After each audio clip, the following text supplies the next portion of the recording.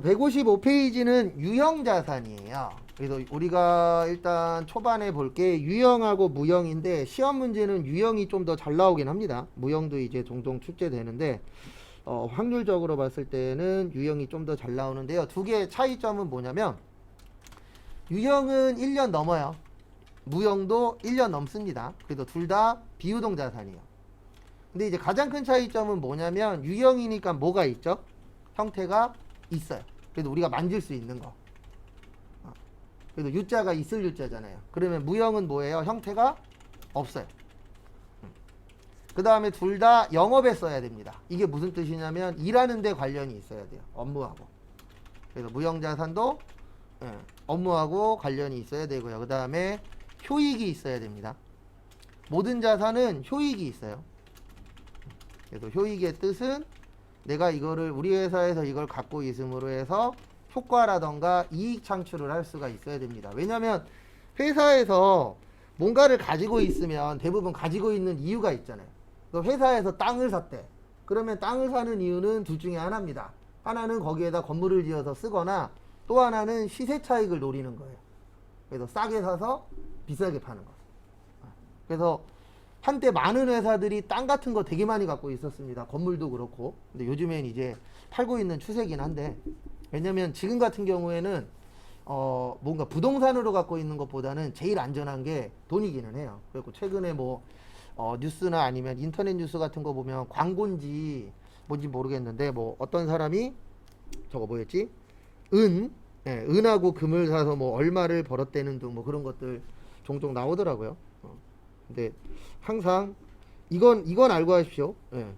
100% 믿으면 안 된다라는 거. 본인이 잘 알아보고 하셔야 돼요. 왜냐면 오를 수도 있지만 떨어질 수도 있죠. 그리고 유명한 아저씨 있었잖아요. 존니라고 있었죠. 그 아저씨도 어쨌든 회사에서 잘렸잖아요. 대표이사에서 잘렸어요. 뭐 걸려갖고. 그러니까 다 조심해야 됩니다.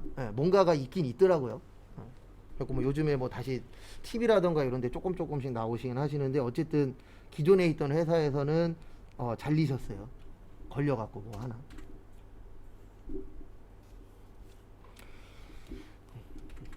그래서 유형자산 먼저 보시면 유형자산 시험 문제 쉽게 나오면 이걸로 나옵니다. 형태가 있음. 그러니까 가끔씩 시험 문제가 이게 시험 문제야? 라고 할 정도로 쉽게 나올 때가 있어요. 그래서 쉽게 나왔을 때 뭐라고 나왔냐면은 형태가 없다. 아니면은 판매 목적이다. 이렇게 나온 적도 있습니다. 우리 판매 목적이면 무슨 자산이에요? 재고자산이에요. 무슨 자산이요? 재고자산. 아니면 무형자산 해놓고 형태가 있다. 뭐 이렇게 나온 적도 있어요. 실제. 그러니까 항상 초반에 제일 중요한 거는 우리가 기본이 중요하다라고 하잖아요. 그래서 요게 어떤 뜻을 갖고 있는지 그런 걸 좀 잘 보시면 도움이 되세요. 그래서 거기 보시면은 물리적 실체 있어야 되고 1년 넘어야 되고 영업활동에 쓰셔야 됩니다. 여기 기본적인 베이스고 그 다음에 효익은 이거는 모든 자산이에요. 여기에만 들어가는 게 아니고 모든 자산은 효익이 있어야 됩니다. 그래서 우리 회사가 이걸 가지고 있음으로 해서 회사에 어떤 효과를 준다거나 아니면 미래에 이익 창출을 할 수 있는 것. 그래서 좀 전에 설명드린 것처럼 거기 동그라미 1번에 보시면 토지는 땅이잖아요. 회사에서 땅을 사는 이유가 거기 위에다가 건물을 지어서 직원들이 아늑하게 일할 수 있도록 만들어준다거나 아니면 이 땅값이 오르면은 비싸게 팔면 되죠. 그래서 거기 진한 글씨로 되어 있는데 감가상각 대상자산이 아닙니다. 그리고 그 밑에 6번도 감가상각 대상자산이 아니에요. 그래서 토지하고 건설 중인 자산이라고 있는데 얘네는 감가상각을 안 합니다. 감가상각의 뜻이 뭐죠? 감가의 뜻이 뭐예요? 가격이 감소한다는 뜻이에요. 그래서 우리가 일반적으로 물건들은 쓰면 쓸수록 가치가 올라가요, 떨어져요? 떨어집니다. 그걸 이제 감가상각한다라고 해요. 그래서 아마 올해 안에 어떤 기자가 쓸지 안 쓸지 모르겠는데 이 얘기 쓸 수도 있어요. 무슨 얘기 쓰냐면 앞으로 아파트도 감가상각해야 된다. 왜냐면 현재까지 우리나라는 샀던 가격보다 아파트의 가격이 어떻게 됐었죠? 올라갔었죠. 그래서 감가상각에 안 맞는다 이런 얘기들이 많았었는데 앞으로는 새 집은 비싸고 헌 집은 싸질 거예요. 뭐 지역마다 차이는 있겠지만 똑같은 지역이라고 봤을 때 새로 지은 건물은 비싸질 거고 오래된 건물은 어떻게 될 거예요? 저렴해지는 그런 때가 올 겁니다. 왜냐면 지금까지는 새 것도 비쌌고 헌 것도 비쌌잖아요. 네, 근데 이제 앞으로는 새로 많이 못 지을 거예요. 왜냐면 살 사람이 없어서. 맞잖아요. 없어요 이제. 예, 지금 우리나라 출산율이 0.78%라니까요. 그 0.78명이라니까요. 저도 이거 관심 있어서 예전에 한번 찾아봤는데 출산율이 2가 돼야 현재 인구가 유지가 되는 거예요. 근데 저도 잘못 알았어요. 어떻게 알고 있었냐면 1이면은 유지 아니야 이렇게 알고 있었는데 왜 2냐면은 결혼을 몇 명이서 하죠? 2명이서 하죠. 그러면 둘을 낳아야 유지잖아요. 맞죠? 근데 지금 1도 안 돼요. 그러면 앞으로 집이나 이런 것들이 남아요. 그래서 일본도 현재 한 40만 가구인가 50만 가구가 빈집이래요. 근데 이제 대한민국과 일본의 가장 큰 차이점이 뭐냐면 일본은 집을 나무로 지어서 부시는데 적게 든대요 돈이.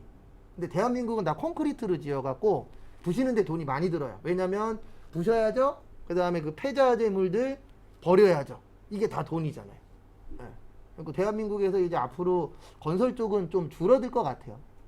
근데 지금 너무 많이 짓기는 했어요. 뭐 오랜가도 인천에만 8만 가구 정도 분양을 한대요. 인천에만. 그러면 8만이면은 어마무시하죠. 저희 집 옆에가 계속 짓고 있거든요. 저희 집 옆에가 검단 신도시인데 계속 짓고 있어요 아파트를. 볼 때마다 무슨 생각 들었냐면 사람들이 저기로 가면 우리 동네는 어떻게 되지? 계속 이사 가고 있어요. 저희 동네에서 그쪽 검단 신도시로 이사 가고 있어갖고 제일 걱정인 게 저희 꼬맹이 친구들이 많이 이사를 가서 꼬맹이가 또 조만간 시작하지 않을까. 학교 개학하면 아빠 아파트에 살면 안 돼요 이거. 1학년 때부터 하셨거든요. 저희 지금 빌라 살고 있는데 그 얘기 들을 때마다 좀 씁쓸하긴 하죠. 내가 능력이 되면 하겠는데 그렇다고 영끌을 할 수 없고 계산해 봤는데 영끌은 되더라고요. 보험부터 해갖고 이것저것 대출 다 받을 수 있는 거 땡기면 어떻게든 아파트는 들어갈 수는 있어요. 그 대신 그렇게 들어가면 밥에다 간장만 말아 먹어야 돼요. 막말로. 반찬 못 먹어요. 돈이 없어서. 약간 그런 상황이 돼서. 그래서 어쨌든 감가상각을 안 하는데 왜 안 하냐면 토지 같은 경우에는 우리가 만들었어요. 만들어져 있었어요. 만들어져 있었죠. 그래서 요거는 그래서 감가상각을 안 하고 그 다음에 건설 중인 자산은 아직 미완성된 거예요. 그래서 이거는 언제 감가상각하냐면 완성된 다음에. 왜냐면 아직 미완성됐기 때문에 쓰지도 않았잖아요.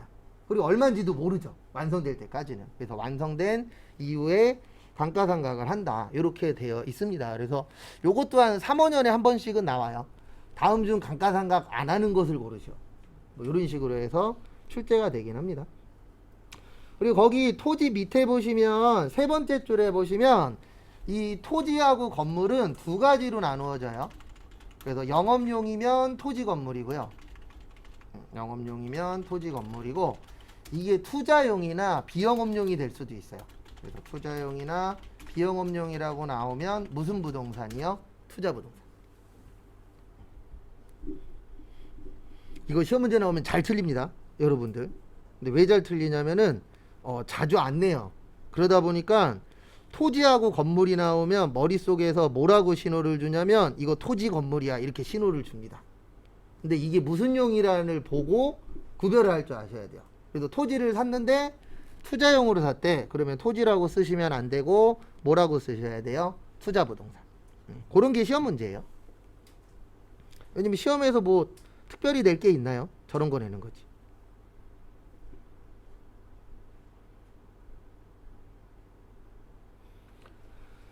그 다음에 건물. 건물은 말 그대로 이제 건물 이야기 하는 겁니다. 뭐 사옥이나 공장이나 창고나 우리가 일반적으로 얘기하는 건물들 있죠. 근데 이제 차이점이 뭐냐면 거기 교재에 있는 것처럼 부동산 매매업자가 판매 목적으로 갖고 있으면은 재고자산이 되는 거예요. 그러니까 뭐든지 다 똑같아요. 왜냐하면 우리가 건물이라는 게 꼭 영업용으로만 쓰는 건 아니잖아요. 우리 회사가 건설회사야. 그럼 건물 지어서 뭐 할 거죠? 팔 거죠.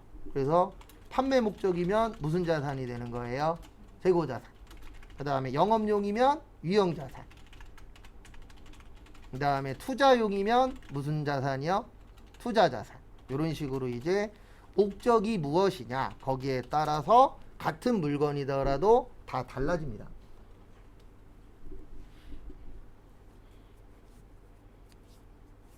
그래도 돈이 없어서 부동산 쪽은 잘 안 보긴 하는데 가끔씩 유튜브 보다 보면은 알고리즘에 뜨긴 떠요. 저도 뭐 돈 관련된 걸 하다 보니까 간혹가다 보긴 보는데 요즘 뭐 상가들은 더 난리도 아니라고 뉴스에 나오더라고요.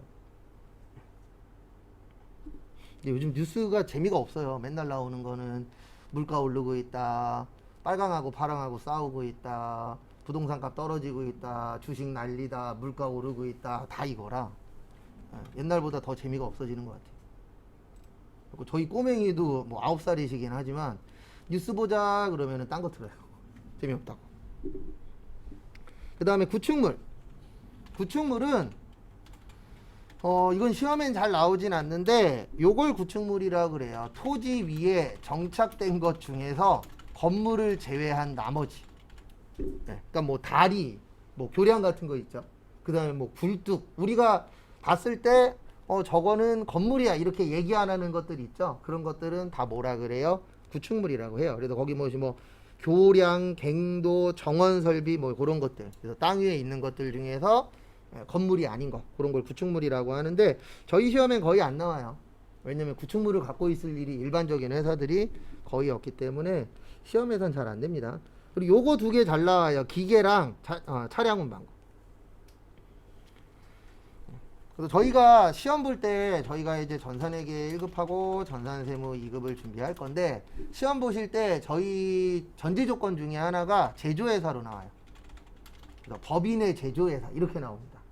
그러면 제조회사면은 기계 사는 경우들 있어요, 없어요? 있죠.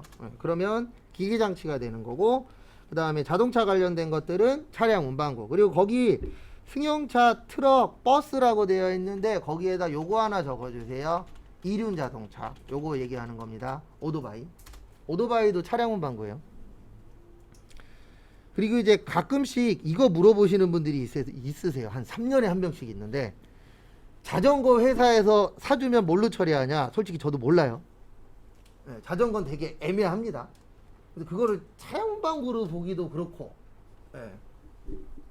뭐 비품으로 보기도 애매하고 그냥 회사에서 그냥 정해서 처리하면 되지 그런 것들은 딱 뭘로 처리해야 된다 이런 게 정해져 있진 않아요. 그래도 요즘에 간혹가다 그런 걸 사주는 회사가 있는지 가끔씩 물어보시더라고요. 그 다음에 건설 중인 자산은 말 그대로 건설 중인 거예요.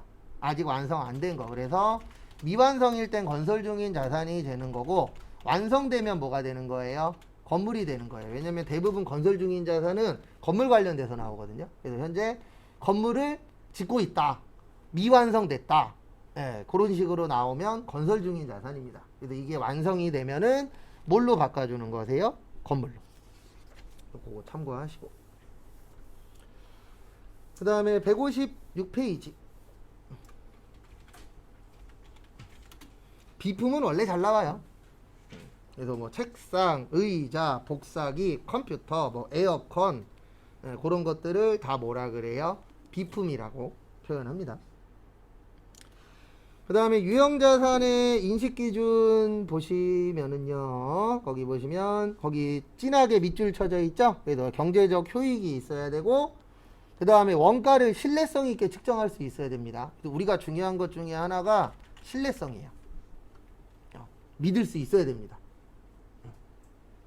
왜냐하면 회계라는 건 남한테 보여주는 거잖아요.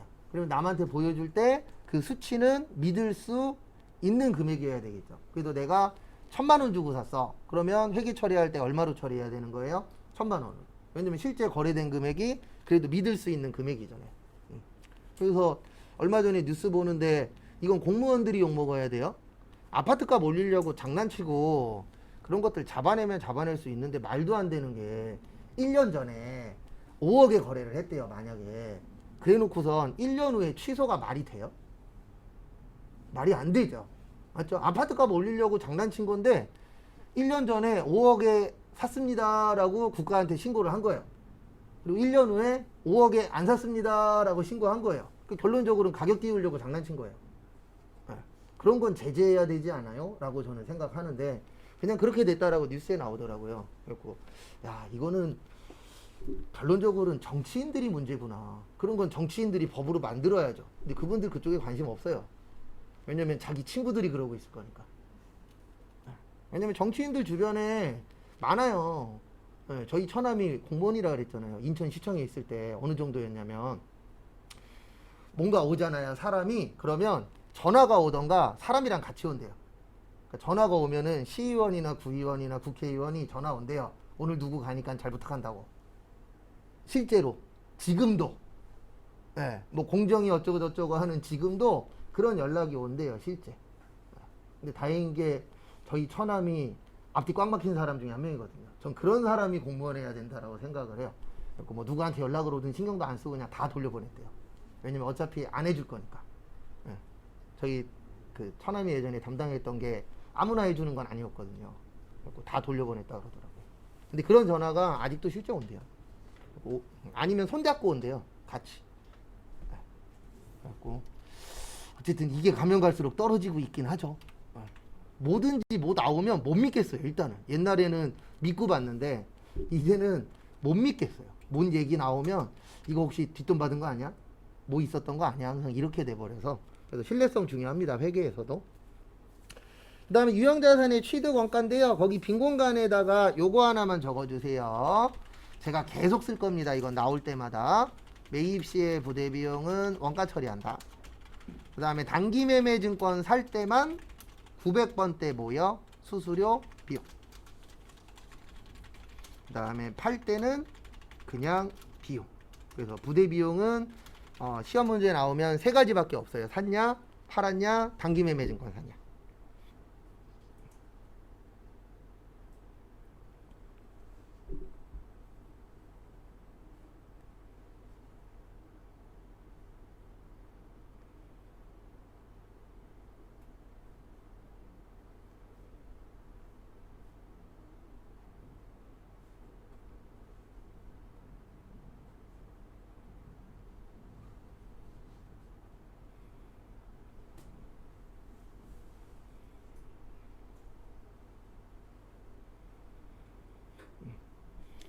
그래서 부대 비용 그러면 헷갈리시는 분들은 그냥 추가 비용이라고 생각을 하세요.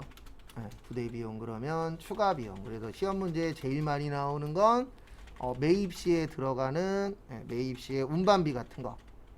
아니면은 뭐 토지나 건물 구입 시에 들어가는 거기 밑에도 나와 있는데 취득세 같은 거. 그래서 우리가 물건을 살 때 그 물건값만 주는 게 아니잖아요. 추가적으로 돈 나가는 것들이 있어요, 없어요? 있죠. 그래서 배달 음식 시키면은 운반비 같은 거. 그 다음에 뭐 인터넷에서 물건 구입하면 택배비 같은 거. 그런 것들이 부대 비용이라고 해요. 다. 근데 거기 밑에 박스에 잘 만들어 놓으셨는데 취득세, 등록면허세, 그 다음에 재산세, 자동차세 있거든요. 그래서 제가 앞으로 이렇게 적어 드릴 거예요. 분개할 때 재산세나 자동차세가 나와요. 종합부동산세도 포함인데 얘는 저희 시험엔 잘 안 내더라고요. 그 다음에 회비 이런 것들은 요걸로 처리합니다. 세금과 공과. 왜 그런지는 설명드릴 거예요. 거기 밑에 써놨어요. 교재에도.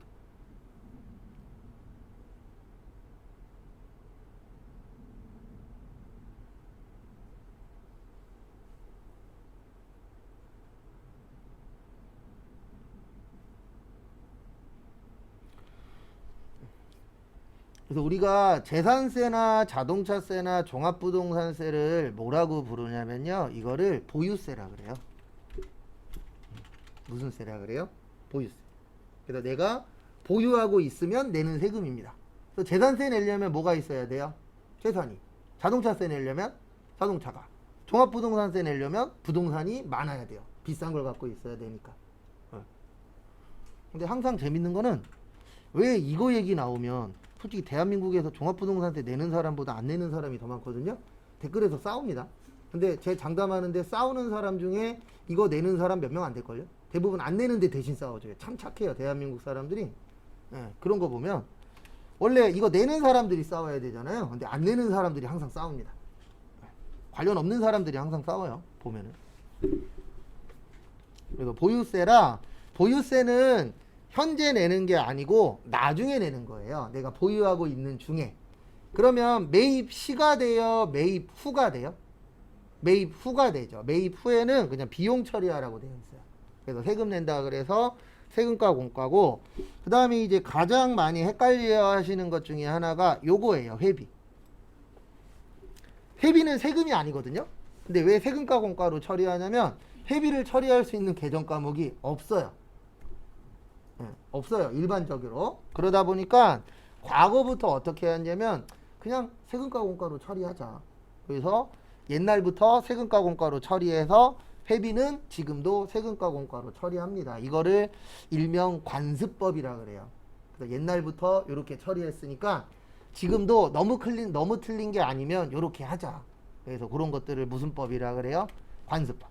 근데 요즘에 이제 이런 것들이 많이 변화가 되고 있는데, 회비 같은 경우에는 계정 과목을 따로 만들어서 쓰지 않는 이상 그냥 세금과 공과로 처리합니다. 그리고 시험 내시는 분들이 바보가 아니잖아요. 그래서 요즘에 이거 잘 내요. 적십자 회비는 세금과 공과가 아니고요, 기부금입니다. 왜냐면 우리 적십자 회비는 기부 목적으로 내는 거잖아요. 좋은 일에 써주세요. 그래서 회비 그러면 세금과 공과 많이 쓴다라는 걸 알고 간혹가다 한 번씩 적십자 회비를 탁 던져줘요. 그러면 회비만 기억하시는 분들은 뭐라고 써요? 세금과 공과. 그리고 자주 나오진 않는데 종종 한 번씩 냅니다. 근데 이제 시험 내시는 분들이 그 사자 갖고 계신 분들이거든요. 전문직 계신 분들. 저 아시는 분들 한번 내서 얘기 들어봐서 아는데, 전문직이다 보니까 약간 그거는 잘 몰라요. 뭐를 잘 모르냐면 저보고 내라 그러면 여러분들 잘 푸는 거 못 푸는 거 대략 알잖아요. 근데 그분들은 그런 개념은 없다 보니까 어떨 때에는 시험이 너무 어려워요. 그리고 어떨 때에는 시험이 너무 쉬워요. 왜 그러냐면 여러분들이 어려운데도 잘 푸는 문제가 있고 어려운데 못 푸는 게 있거든요. 이게 어느 정도 구별이 돼요. 저희 이제 10년 넘게 하다 보니까 요분들은 요런 건 잘 풀어, 요런 건 못 풀어, 요런 게 어느 정도 구별되는데, 그분들은 그런 개념은 없다 보니까 어려운데 잘 푸는 거를 몰아서 줄 때가 있어요. 그러면 그때 합격률이 높은 거고, 쉬운데도 못 푸는 것들이 있거든요. 헷갈려 하는 거. 그런 걸 또 몰아서 주면은 합격률이 떨어지고. 그래서 저도 이 수업한 지 꽤 오래됐지만 저희 시험의 최대 단점은 오락가락입니다. 그래서 시험 문제 쉽게 나오면 떨어질 사람도 붙을 것이고, 시험 문제 어려운 거 만나면 붙을 사람도 뭐 할 수 있어요? 떨어질 수 있어요. 왜냐면 전산회계 1급도 현재까지 최악이 8%거든요. 합격률 8%인 적이 있어요. 8.8%인가? 딱 한 번. 한 자릿수가 딱 한 번 나온 적이 있었는데, 그분들은 뭘 잘못한 거예요? 그냥 시험 문제 잘못 만난 거죠. 그래서 진짜 딱 한 번 8%대 붙은 적 있고, 그래서 이게 시험이 약간 복불복 개념이 세요. 그리고 예전에 뭐 저희 시험은 아니지만 저희 수업 끝나고 나서 AT 알려드린다 그랬잖아요. AT 합격률이 제일 높았을 때가 80%인 적이 있었거든요. 저도 그때 처음이자 마지막으로 AT 하나만 수업한 적이 있었는데, 솔직히 얘기해서 5명 중에 2명 내지 3명 붙을 줄 알았어요. 왜냐면 5명이 다 잘하진 못했거든요. 거기에서 2명 내지 3명은 점수가 60점에서 왔다 갔다 했어요. 근데 다 붙었어요. 왜 그랬냐면 시험이 좀 쉽게 나와서. 근데 이런 건 없습니다. 붙으면 땡인 거예요.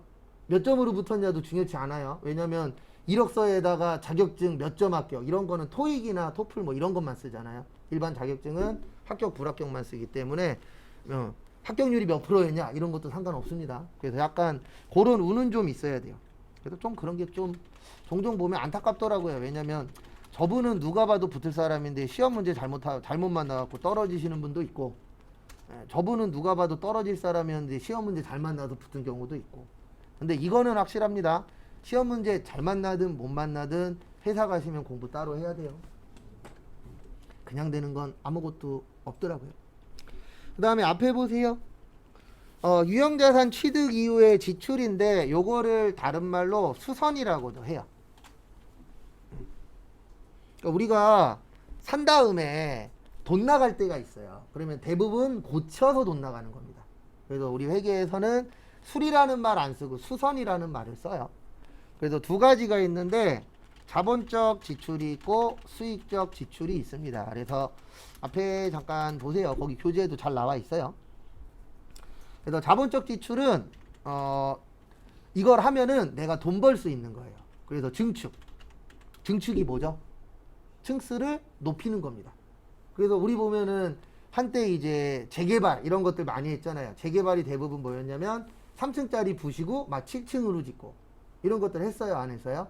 했죠. 왜 했죠? 돈 버니까. 예.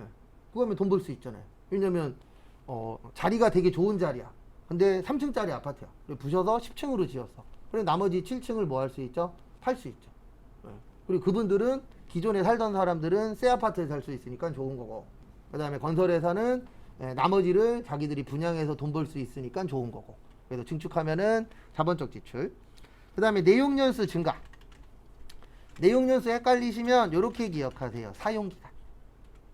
그러니까 내가 어떤 걸 고침으로 해서 쓸 수 있는 기간이 늘어났어. 그러면 우리 오래 쓰면 돈 번다라고 생각해요, 안 해요? 하죠. 맞죠?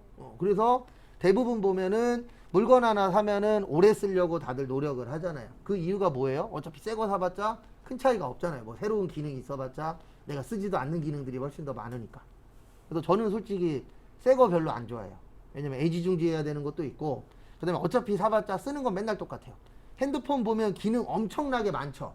예, 쓰는 거라고는 인터넷 들어가고, 그 다음에 게임하고, 전화하고, 문자 보내고, 카톡하고 거의 일정하잖아요.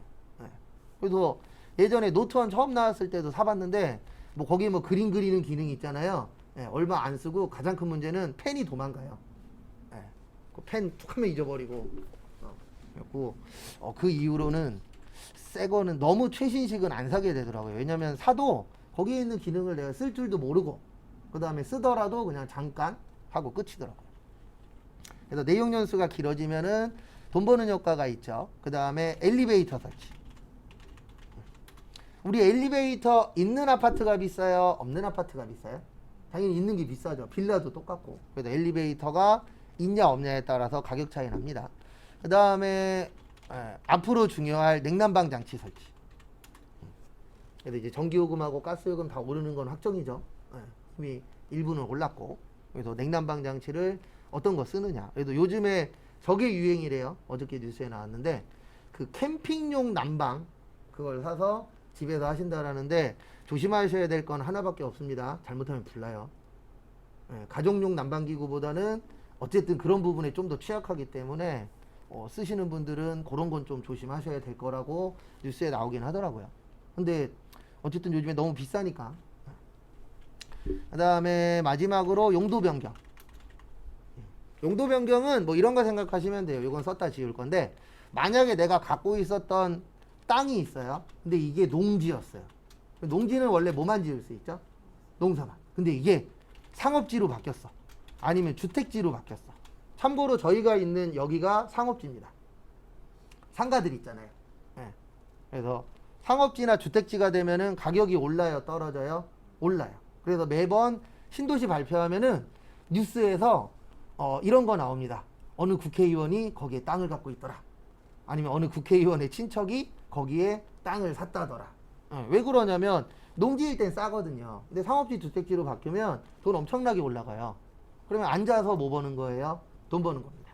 그래서 제가 과거에 저기 김포노인복지회관에서 김포가 발전하기 전에 거기에서 일을 했었거든요. 발전하고 있는 초반에 얘기 들어보면 땅으로만 100억 넘게 받으신 분도 있어요. 농사 지으셨던 분인데 거기에 이제 아파트들 엄청 많잖아요. 그래갖고 주택지로 상업지로 팔려서 뭐 100억 넘게 받으신 분도 있고 기본 몇십억은 받았다 그러더라고요. 근데 확실히 사람들이 무서운 게, 무섭다라기보단 100억 받았어도 그분이 좋을까요? 자녀들이 좋을까요? 자녀들이 좋습니다. 왜냐면 돈을 써본 적이 없어서 돈을 쓸 줄을 모르세요. 그리고 또 한 분은 이런 경우도 있었어요. 이제 한 아버님이 밥 먹는데 막 욕하시더라고요. 왜 그러세요? 그랬더니 친구가 BMW를 샀대요. 그래갖고 얻어 탔는데 탈 때도 신발 털어야 되고, 그 다음에 탄 다음에 신발 신고는 또 못하게 한대요. 신발 벗고 타야 돼요. 그랬고 내가 더러워서 다음부터는 안 탄다고. 왜 그러시나 그랬더니, 그래서 이게 돈이 있어도 못 쓰시는 분은 못 쓰시더라고요. 근데 우리한테 중요한 거는 자산 처리하는 거예요. 왜냐면 이 자본적 지출들은 다 자산의 가치를 상승시키는 겁니다. 그래서 나중에 이 물건을 팔 때 싸게 팔 수 있어요? 비싸게 팔 수 있어요? 비싸게 팔 수 있죠. 그래서 자산 처리하라고 되어 있고, 그 다음에 수익적 지출은 가격 변동하고는 크게 관련이 없는 거예요. 그래서 원상 회복하거나 능률 유지하는 거. 그래서 대표적으로 페인트 칠. 우리 아파트에 페인트 칠한다 그래서 가격이 막 크게 올라요? 그건 아니죠. 그냥 보기만 좋은 거죠. 그다음에 유리창 교체. 그래서 만약에 자녀분이 아니면 내가 잘못해갖고 유리창을 깼어. 그럼 유리창 바꿔 끼잖아요. 유리창 바꿔 낀다 그래서 집값이 올라요? 아니죠. 그런 것들은 이제 무슨적 지출이라 그래요? 수익적 지출. 그래서 수익적 지출은 비용 처리하는데 두 가지 중에 하나 처리합니다. 수선비 아니면 차량 유지비인데 이렇게 기억하시면 돼요. 자동차는 차량 유지비. 나머지는 무슨 비요? 수선비. 이렇게 이제 두 가지로 나누어집니다. 그래도 고치는 거 관련된 거예요. 왜냐면 고침으로 해서 가격이 상승할 수도 있고 이거는 고쳐도 가격에 큰 영향이 없을 수도 있죠. 그래서 가격에 영향이 있는 거는 자본적 지출. 그 다음에 가격에 영향이 있는 건 자본적, 가격에 영향이 없는 건 수익적. 그렇게 이제 두 가지로 나누어집니다.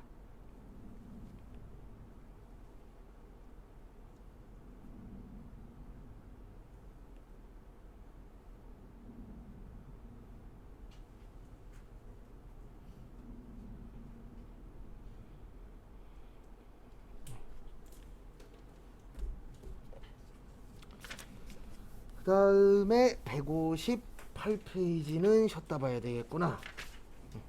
그래서 쉬었다가 158페이지 감가상각 볼 겁니다. 그래서 잠깐 쉬었다가 10시 반에 감가상각 보도록 하겠습니다.